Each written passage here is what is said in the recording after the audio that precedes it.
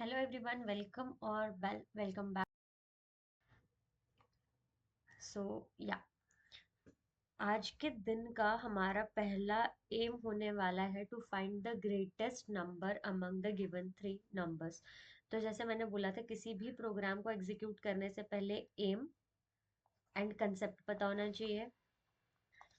ठीक है, ये हमेशा पहले पता होना चाहिए। इसके बाद हम इसी के ऊपर फ्लो चार्ट बनाएंगे। इसी के ऊपर मतलब इस कंसेप्ट पे बेस्ड फ्लो चार्ट बनेगा, और फिर ही हम उसको प्रोग्राम कर सकते हैं या फिर उसको कोड मतलब उसका कोड लिख सकते हैं। तो आज का हमारा एम है, जो कि पहला वाला एम होने वाला है, very first aim of the whole programming series, जो कि है to find the greatest number among the three numbers. Find the greatest number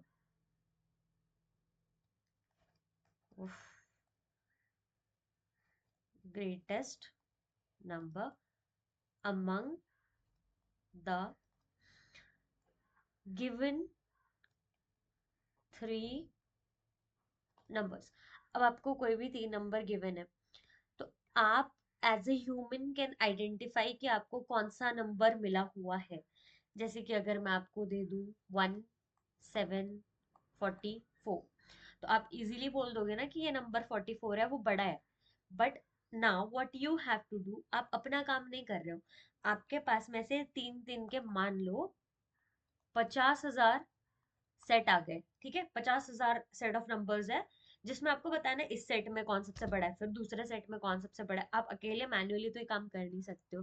तो आप चाहते हो कि जो लेबर है वो कॉस्ट बचे, मतलब आपको अगर 5,000 नंबर चेक करने हैं, ठीक है, आप 50 आदमियों को भी रखते हो तो भी टाइम तो लगेगा, राइट। और उन 50 आदमियों को पैसे भी तो देने पड़ेंगे। तो ऐसे कुछ काम है जो हम ह्यूमन लेवल पे बहुत स्लो प्लस कॉस्ट इफेक्टिव ना हो, बट कंप्यूटर उसको बहुत इजीली कर देगा, राइट। तो अगर वैसा कुछ करना चाहते हैं तो उसके लिए हम करते हैं प्रोग्रामिंग। ओके, तो हम क्या करेंगे, हम इसके लिए प्रोग्राम लिखेंगे।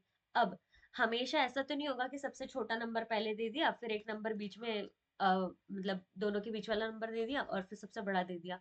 आपका सेट ऐसा दिख सकता है 0 1 2, एक सेट ऐसा दिख जाएगा 3 4 7, एक सेट ऐसा दिख जाएगा 7 3 1। ऐसे कोई भी 50 सेट हो सकते हैं। अब इसमें देखो, ये सबसे छोटा वाला पहले दे रखा है, सबसे छोटा वाला पहले दे रखा है, सबसे बड़ा वाला पहले दे रखा है, राइट। कभी ऐसा दे दिया, मान लो 5 2 9। अब इसमें सबसे बड़ा वाला यहाँ है, फिर मीडियम वाला यहाँ है, और सबसे छोटा वाला यहाँ है। तो कोई भी कॉम्बिनेशन में नंबर मिल सकता है, करेक्ट। कोई भी कॉम्बिनेशन में नंबर आप ह्यूमन लेवल पे बता दोगे कि सबसे छोटा वाला है 2, सबसे बड़ा है यहाँ पे 7, सबसे बड़ा है यहाँ पे 7, सबसे बड़ा है यहाँ पे 9, सबसे बड़ा है। ह्यूमन लेवल पे कर दोगे। बट आप ये काम अगर कंप्यूटर से कराते हो, तो आपको कंप्यूटर को ये भी बताना पड़ेगा कि क्या लॉजिक फॉलो करो, कि आपको सही सही पता चल जाएगा कि कौन सा नंबर बड़ा है। तो अगर मेरे पास तीन नंबर है A B C, अब मैं वेरिएबल्स यूज कर रही हूँ क्योंकि नंबर कुछ भी हो सकता है, नंबर में वैरी, राइट। इसीलिए उन नंबर्स के लिए मैं यूज कर रही हूँ वेरिएबल्स। ठीक है, नंबर्स के लिए मैं यूज कर रही हूँ वेरिएबल्स। अब मैं कंप्यूटर से ये काम कराना चाहती हूँ, तो आप बताओ। अब आपको पता नहीं है कि तीनों में से बड़ा कौन सा है, तो हम करेंगे क्या। मान लो कि आपको वेरिएबल्स दे दिए, तब आप क्या करोगे।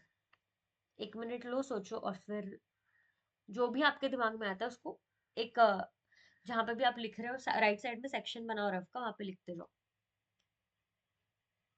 I continue. ओके, तो अब आपको पता चल गया कि आपको तीन नंबर्स हैं। आप क्या कर सकते हो, एक ऑप्शन मैं दे रही हूँ, आप ऐसे कोई भी लॉजिक लगा सकते हो और उससे हम प्रोग्राम डेवलप कर सकते हैं। ठीक है, तो जैसे ए है, बी है, सी है, तो मैं क्या करूंगी, मैं two numbers at a time ले लूंगी। ठीक है, अब मैं चेक करूंगी कि ए और बी में कौन बड़ा है। या तो ए बी से बड़ा होगा या ए जो है बी से छोटा होगा। करेक्ट। अब ए जो है वो बी से बड़ा है, यानी कि बी ग्रेटेस्ट हो सकता है क्या? No, can't be the greatest one. मतलब ये वाला जो है ये ग्रेटेस्ट तो हो ही नहीं सकता, नॉट ग्रेटेस्ट, हो ही नहीं सकता वो सबसे बड़ा। अब यहाँ पे ए बी से ही छोटा है, तो ए तो ग्रेटेस्ट हो ही नहीं सकता, क्योंकि हमें पता चल गया कि वो बी से छोटा है ऑलरेडी, तो ग्रेटेस्ट हो ही नहीं सकता। तब क्या कर सकते हैं? Then what is the possibility? तो अब आपके पास पहली ही बार में ये दो केस निकल के आ जाते हैं, राइट? अब ए और बी बड़ा, मतलब ए और बी में ए बड़ा, तो फिर आप चेक करोगे कि अब या तो ए सी से बड़ा हो या तो ए सी से छोटा हो। तो यहाँ पे बी की पॉसिबिलिटी तो ऑलरेडी खत्म हो गई थी कि बी तो सबसे बड़ा हो ही नहीं सकता, राइट? अब बी सबसे बड़ा हो ही नहीं सकता, इसलिए हमने बी को पहले ही बोल दिया कि बड़ा है ही नहीं, तो हमारे प्रोग्राम से बाहर हो गया। अब ए और सी में कंपेयर कर रहे हैं, तो अगर ए सी से भी बड़ा है, यानी कि ए बी से बड़ा था, फिर उसको हमने सी से चेक किया तो ए सी से भी बड़ा हो गया, तो इस केस में क्या बोल देंगे? ए जो है वो ग्रेटेस्ट है, ठीक है? और ऐसा नहीं हुआ तो ए जो है बी से बड़ा तो था, पर सी से छोटा हो गया, तो इस केस में हो गया सी ग्रेटेस्ट, ठीक है? सिमिलरली अगर हम यहाँ पे लेके चल रहे हैं कि बी हमारा बड़ा हुआ है, तो हम फिर बी को सी से कंपेयर करेंगे, तो या तो बी सी से बड़ा आ जाएगा या तो बी सी से छोटा आ जाएगा, राइट? तो इस केस में भी सी ग्रेटेस्ट है, इस केस में बी ग्रेटेस्ट है। लॉजिक समझ में आ गया? कंपैरिजन हम करा रहे हैं, तीन नंबर को पहले लेवल पे ए और बी को कंपेयर करा दिया, फिर हमने ए और सी को कंपेयर करा दिया अगर ए बड़ा है तो, और बी और सी को कंपेयर करा दिया अगर बी बड़ा है तो, राइट? अब हम इतना डेप्थ में क्यों जा रहे हैं? क्योंकि ये इतना ही डेप्थ में आपको कंप्यूटर को बताना पड़ेगा कि तुमको ऐसे चेक करना है, दिस इज द वे कि आप चेक करो, ठीक?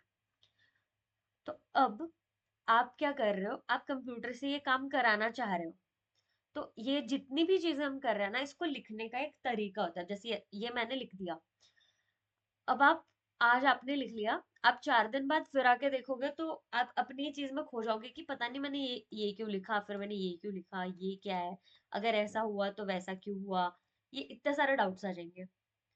तो इस तरीके से लिखना तो not a good option, big no, है ना? तो हम इस तरीके से तो नहीं लिख सकते, तो हम फिर कैसे लिखें? तो इसलिए जो कंसेप्ट है वो आया है फ्लो चार्ट का, ठीक?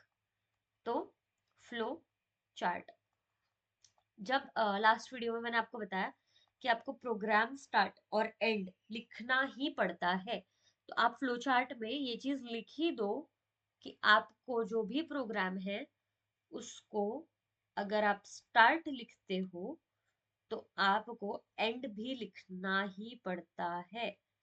तो एंड, तो स्टार्ट और स्टॉप के लिए, जैसे कि ये वाला जो सिंबल है, दिस इज फॉर स्टार्ट और स्टॉप, ठीक है? दिस इज फॉर स्टार्ट और स्टॉप। अगर आप कोई इनपुट दे रहे हो, जैसे ए बी सी, हमने तीन वेरिएबल यहाँ पे इनपुट दिए, हम सेट ऑफ नंबर्स जो थे वो इनपुट दे रहे थे, राइट? तो उन इनपुट्स को अगर हम दे रहे हैं या अगर हम आउटपुट को आंसर से ले रहे हैं, तो उसको हम दिखाते हैं पैरेललोग्राम में। तो दिस इज इनपुट और आउटपुट का डब्बा, ठीक है? इस डब्बे में हम इनपुट या आउटपुट बताते हैं, ठीक है? तो अब इस वाले प्रोग्राम का ही फ्लो चार्ट अगर हम बनाए, तो हमने प्रोग्राम स्टार्ट कर दिया और हमने क्या करा? हमने इस प्रोग्राम को तीन नंबर दे दिए, तीन वेरिएबल दे दिए, ए बी सी, तीन वेरिएबल हमने दे दिए। अब यहाँ पे इनपुट वाले डब्बे में वो आ गए, आउटपुट वाले डब्बे में हमें वो मिलेगा जो नंबर ग्रेटेस्ट होगा। जो भी ग्रेटेस्ट होगा, ठीक है। ये आपका आउटपुट का डब्बा है। ओके, पर क्या हमने सिर्फ उतना किया? नहीं, हमने तो कंपेयर भी किया। ये है ना, कंपेयर हो रहा है। ये क्या हो रहा है, कंपेयर हो रहा है ना, कौन सा बड़ा है कौन सा छोटा है, कंपेयरिंग चल रही है। ये 4 बॉक्सेस, ये भी कंपैरिजन के बॉक्सेस है, राइट। सब कंपैरिजन है। तो जब आप कोई भी प्रोसेस या कंपैरिजन ऐसा कुछ कर रहे हो, तो आपके लिए होते हैं ये डब्बे, ठीक है। दीज आर फॉर कंपैरिजन, नहीं बोलूंगी, प्रोसेस, कोई भी प्रोसेस आप कर रहे हो जहाँ पे आप प्रोसेस में आया था कंपैरिजन, तो प्रोसेस के लिए आप ये डब्बे यूज करते हो, ठीक। तो अब मैंने यहाँ पे क्या कर दिया, यहाँ पे मैंने बोला कि ए ग्रेटर देन बी, ठीक है। अब ये प्रोसेस हो रही है, बट यहाँ पे क्या है, प्रोसेस के 2 पॉसिबिलिटीज आ रही है, राइट, राइट। प्रोसेस की 2 पॉसिबिलिटीज आ रही है। तो फ्लो चार्ट के अब फिलहाल के लिए 3 एलिमेंट्स याद करो। इसमें आता है फोर्थ एलिमेंट, जो कि डब्बा होता है कंपैरिजन का, in the form of diamond, ठीक है। This is not kite, this is diamond. Diamond shape है फॉर कंपैरिजन या इफ स्टेटमेंट के लिए, ठीक है, फॉर द इफ स्टेटमेंट। तो अब मैंने यहाँ पे बोल दिया ऐसा। अब हमने क्या किया, हमने यही किया ना कि इफ ए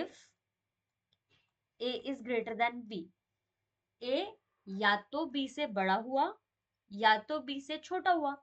तो अगर ये स्टेटमेंट ट्रू है तो ये जाएगा लेफ्ट में, अगर ये स्टेटमेंट फॉल्स है तो ये जाएगा राइट में, ठीक है।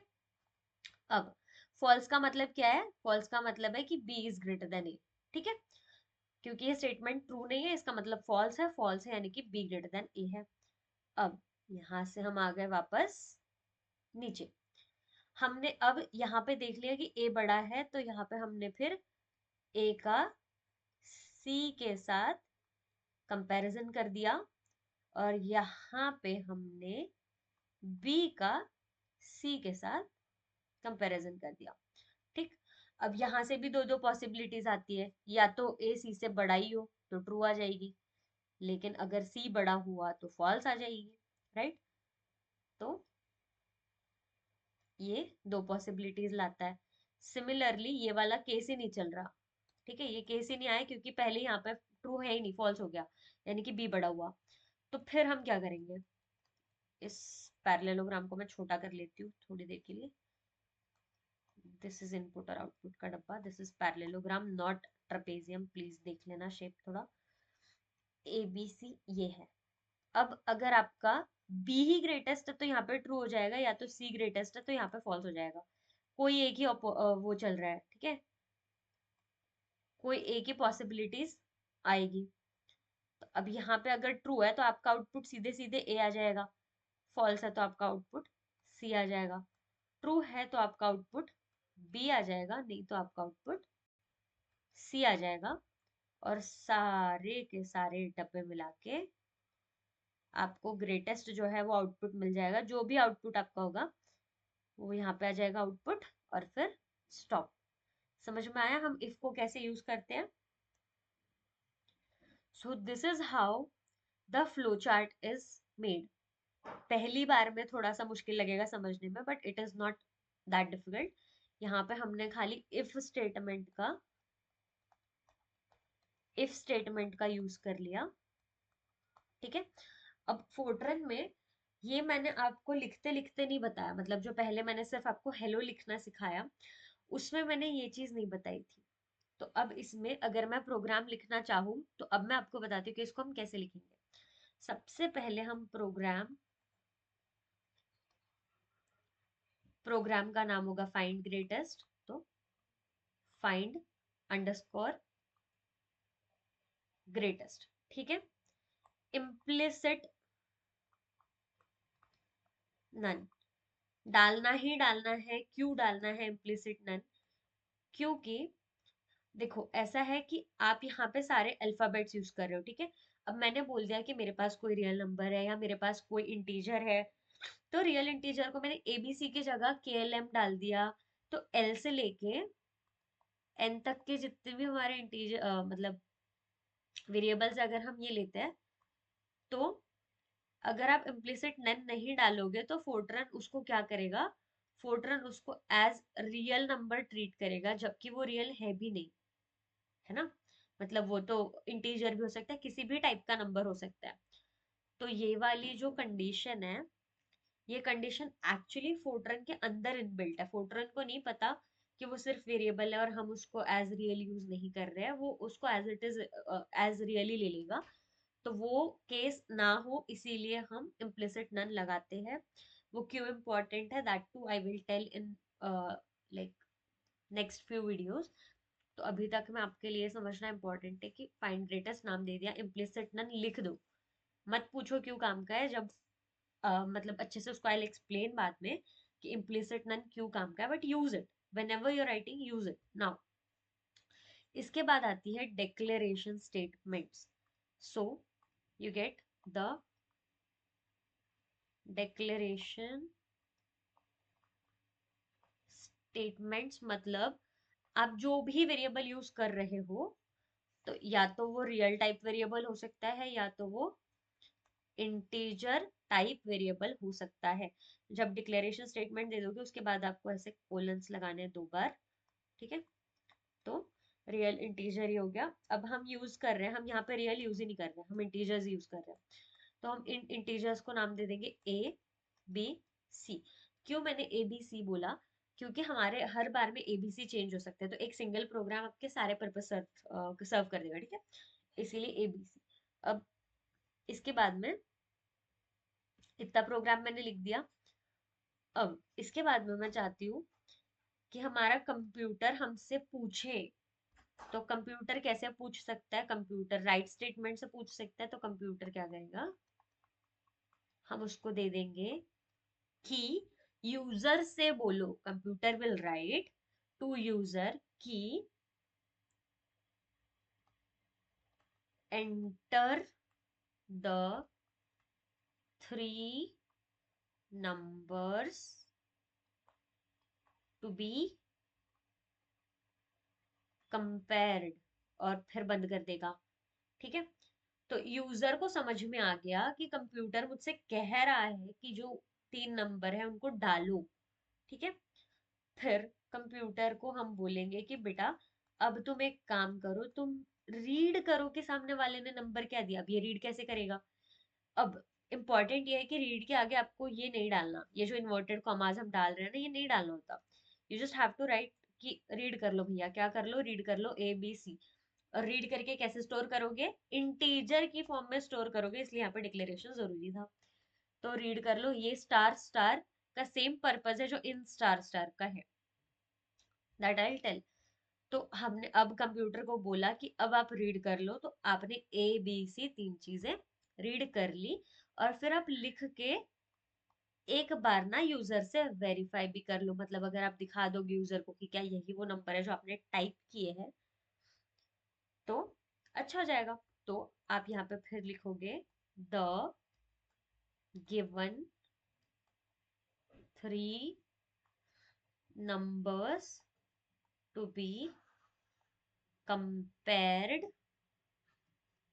आर, फिर यहाँ से स्टार्ट करें, यहाँ पे बंद कर दो, यहाँ कॉमा लगा दो, एंड फिर यहाँ लिख दो ए बी सी। क्यों, क्योंकि अगर आप इन्वर्टेड कॉमास के अंदर ए बी सी लिखते हो तो they won't take the value, ये वाली वैल्यू वो नहीं लेंगे, ठीक है। तो we want to display the value, और हर बार अलग वैल्यू होगी ना। इसकी वैल्यू 1 2 3 है, फिर 4 5 6 है, तो यहाँ पे अलग अलग वैल्यूज भी तो आनी चाहिए, इसलिए ए कॉमा बी कॉमा सी लिख दो। ये कॉमा सेपरेट करता है कि हमारा टेक्स्ट खत्म हो गया, अब ये जो हमारे पास स्टोर्ड इंफॉर्मेशन है उसको डिस्प्ले करने के लिए कॉमा लगाया गया है, ठीक है। हो गया, write the 3 numbers to be compared. तो 3 नंबर ऐसे है ना। अब आपने ये कर दिया, राइट कर दिया। अब आपको क्या करना है, आपको कंपेयर करना है। 3 नंबर्स पता चल गए, अब आपको कंपैरिजन, यहाँ से आपका असली प्रोग्राम स्टार्ट होगा, दैट इज इफ। इफ क्या, इफ को कैसे लिखते हैं, इफ लिखो, पैरेंथेसिस डालो, और फिर देन लिखो, जरूरी होता है, ठीक है। तो if A is greater than B, then, then यानी कि ट्रू है, ठीक है। इफ दिस, देन क्या होगा, देन, उसके आगे आप फिर देन पे जाओ, इसमें फिर से एक इफ लगेगा, if A is greater than C, then, क्योंकि जैसे ही ए बड़ा हुआ तब हम क्या करेंगे, और अगर नहीं हुआ, इफ दिस, अब यहाँ पे हम एल्स लेते हैं, इस इफ का ये एल्स है, ठीक है। यानी कि यहाँ पे जो भी सिचुएशन चल रही है बीच में, ये सारी ट्रू वाली है, यहाँ से फॉल्स स्टार्ट हो गया, ठीक है। एल्स मतलब फॉल्स, कि इफ ऐसा हुआ तो कैसा हुआ, अगर नहीं हुआ तो, यानी कि अगर नहीं हुआ तो यानी कि फॉल्स कंडीशन यहाँ से स्टार्ट होगी, else.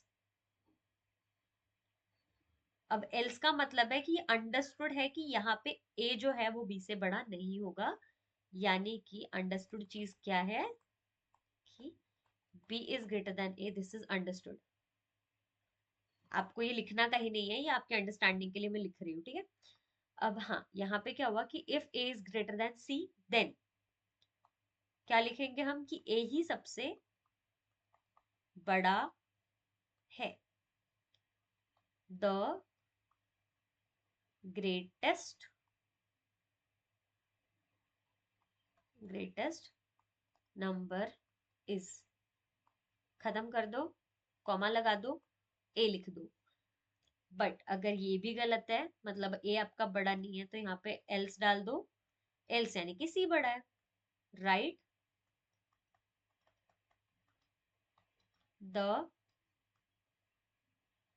Greatest number is C. अब यहाँ पे एल्स में ऑलरेडी बी का चल रहा है, तो जो कंपैरिजन भी होगा वो भी बी का होगा। लेकिन जहां पे आप इफ स्टार्ट करते हो, आपका वो कंपैरिजन खत्म हो गया, तो वहां पे आपको पहले एंड इफ डालना जरूरी है। अगर आप इफ स्टार्ट करते हो तो आपको एंड इफ लगाना है, अगर आप डू लूप स्टार्ट करते हो तो डू का एंड डू भी लगाना होता है। जैसे आप प्रोग्राम स्टार्ट करते हो तो आपको एंड प्रोग्राम करना ही पड़ता है, ठीक है। तो ये इफ निकाला था, तो इफ का एंड इफ हो गया, ये इफ खत्म हो गया, और हमें आंसर मिल गया कि ए बड़ा है या तो सी बड़ा है। बट अगर ये पॉसिबिलिटी ही नहीं है तो एल्स में जाएगा वो, एल्स में क्या होगा फिर, if B is greater than C, then, अब क्या करो, ये जो एज इट इज इसको कॉपी पेस्ट कर लो, खाली कॉमा के बाद बी लिख देना, यानी कि right star comma star the greatest number is, inverted comma यहाँ से खत्म हो गया, अब वहां पे सिंगल इन्वर्टेड कॉमा से स्टार्ट किया था तो सिंगल ही लगाएंगे, लगाएंगे, और ये हो जाएगा बी। एल्स, इस वाले इफ का एल्स है ये, else write the greatest number is C, और फिर हो जाएगा एंड इफ, ठीक है। तो ये वाला खत्म, तो ये दो पॉसिबिलिटीज ओवर हो गई। तो जो पहला वाला एंड इफ था उसको हम फाइनली एंड इफ कर देंगे। तो अब आपका इफ एंड इफ सब खत्म हो गया, आपका जो आउटपुट है वो हमने सीधा यहीं पे डिस्प्ले कर दिया जब हमें पता चल गया, ठीक है। तो आप यहाँ पे सीधा एंड प्रोग्राम, प्रोग्राम का नाम आपने जो भी लिया था, जैसे मैंने लिया था यहाँ पे फाइंड ग्रेटेस्ट, तो वो भी लिख सकते हो, नहीं लिखेगा नहीं लिखोगे तो भी चलेगा, फाइंड ग्रेटेस्ट। तो ऐसे करके ये पूरा प्रोग्राम जो है वो लिखा जाएगा। जो चीजें हमने मैथमेटिकली समझी, जो चीजें हमने मैथमेटिकली की, वही सेम चीजों को हम यहाँ पे लिखते हैं। इफ स्टेटमेंट यानी कि कंपैरिजन स्टेटमेंट लिखने का फॉर्मेट ही ये होता है कि आप इफ बोलो, जो भी आप स्टेटमेंट को देना चाहते हो स्टेटमेंट दो, देन लिखो, यहाँ पे ट्रू वाला पार्ट आएगा, और एल्स के आगे फॉल्स वाला पार्ट आएगा, एल्स के आगे फॉल्स वाला पार्ट आएगा, कि या तो ये हो जाएगा या तो ये, कंपैरिजन अपने आप कर देगा कंप्यूटर, और फिर एंड इफ हो जाएगा, ठीक है। ये इफ का फॉर्मेट है, ऐसे ही इफ को लिखा जाता है। और इफ जैसे कि हमने पहले एक कंपैरिजन किया था ए और बी का, और फिर उसी में हमने फिर ए और सी का कंपैरिजन कर दिया, या तो बी और सी का कंपैरिजन कर दिया, तो इफ के अंदर इफ आ गया, तो इसको नेस्टेड इफ बोलते हैं। इफ के अंदर एक और इफ आ गया, इसको नेस्टेड इफ बोलते हैं। तो ये नेस्टेड इफ है, ये भी नेस्टेड इफ है, और ये हमारा मेन इफ स्टेटमेंट है। अब हम क्या करेंगे, इसको यहीं पर रुकाते हैं। आप इसको समझने की कोशिश करो कि हमने क्या किया और हमने क्यों किया। बेसिकली 3 नंबर कंपेयर करने थे, बट वो हमें नहीं करने थे, हमें कंप्यूटर से करवाने थे।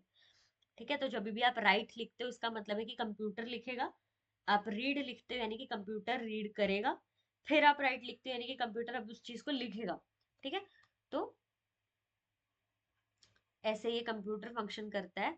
इफ एल्स यानी कि आप जो कंप्यूटर से कराना चाहते हो, तो आप जो कंपैरिजन लगा रहे हो, वही कंपैरिजन आपको कंप्यूटर को कैसे देना है, पर्टिकुलरली इस फोर्टन प्रोग्रामिंग में ये ऐसे काम करेगा। This is how you make the flow chart of this particular topic. और यहाँ पे क्या हुआ ना, यहाँ पे हमें ऑलरेडी आउटपुट्स मिल गए थे, तो हम सीधे ऐसे करके इसको एंड भी कर सकते हैं। ठीक है, तो this is how the flow chart is made. अब हम इसको लेके एक काम करेंगे, प्रोग्राम बनाएंगे, and that will be taken in the next video. Okay, so that is it for the first program. और इस चीज को मैथमेटिकली थोड़ा बुक में भी लिख के देखने की कोशिश करो, तो आपको और अच्छे से समझ में आएगा। Okay, have a nice day, bye bye.